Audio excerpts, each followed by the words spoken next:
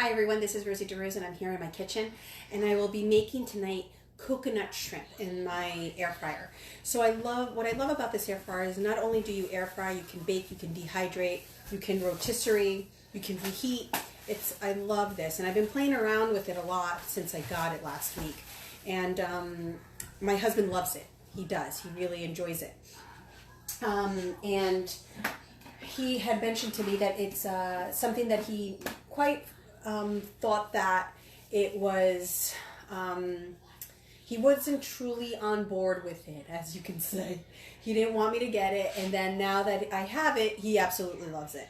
And I couldn't pass this opportunity up, so I got it, and I got my another set of my coating trays, and I absolutely love it. So something to really consider when you're looking at purchasing an air fryer, because of the fact that it just does a lot of things. It just doesn't do the air frying like many other air fryers do. It actually does so much more.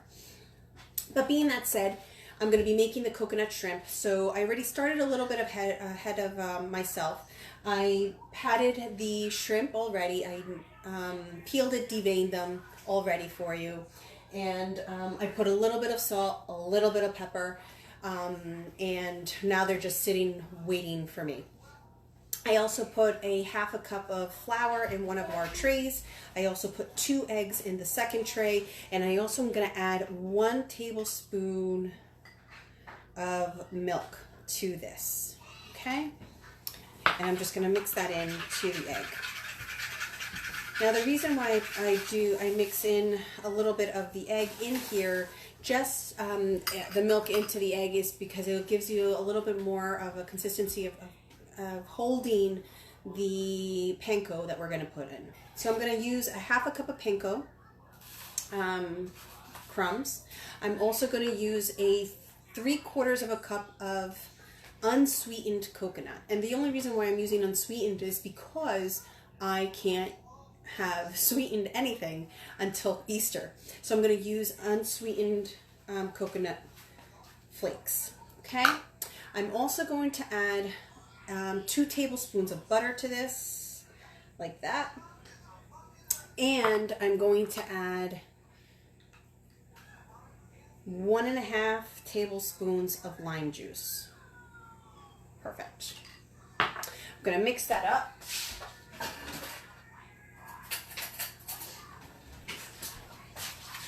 Make sure that it's all incorporated into the flakes and the panko breadcrumbs. Perfect. You can also use, if you don't have the coating trays, which I highly recommend, you can always use a stainless steel bowl that we have or a bowl that you have at home. Just want to make sure that everything is covered with the butter and with the flakes. Okay. Perfect. Great.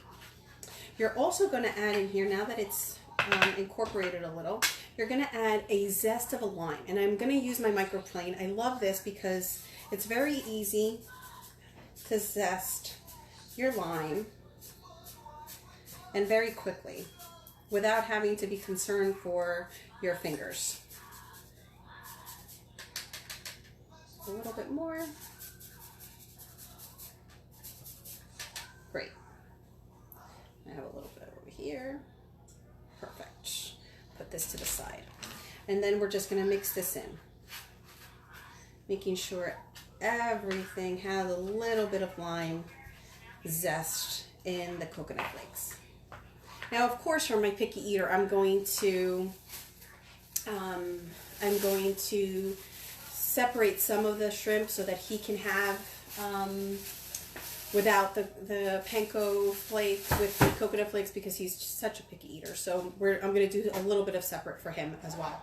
So now that I had done that, let me just clean up a little bit over here. And I love my prep bowls because I can just use them all the time. And I love my my measuring cups because it stacks. So I have that all put together, and in 2 minutes my area is somewhat clean. Now I also like because what I like about the air fryer, it also comes with a nice guide. And in the guide, it has the recipe for the coconut shrimp. So I'm just following the recipe, right? Okay, so now that my shrimp has been seasoned, I'm gonna put this over here.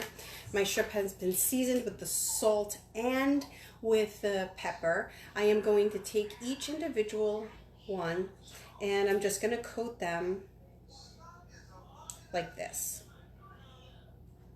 And I'm going to then coat it with the egg. Okay, beautiful. And then I'm going to coat them with the panko coconut breadcrumbs. Now when you're placing them in the air fryer, what I'm going to ask you to do is put them all around the edges of the trays.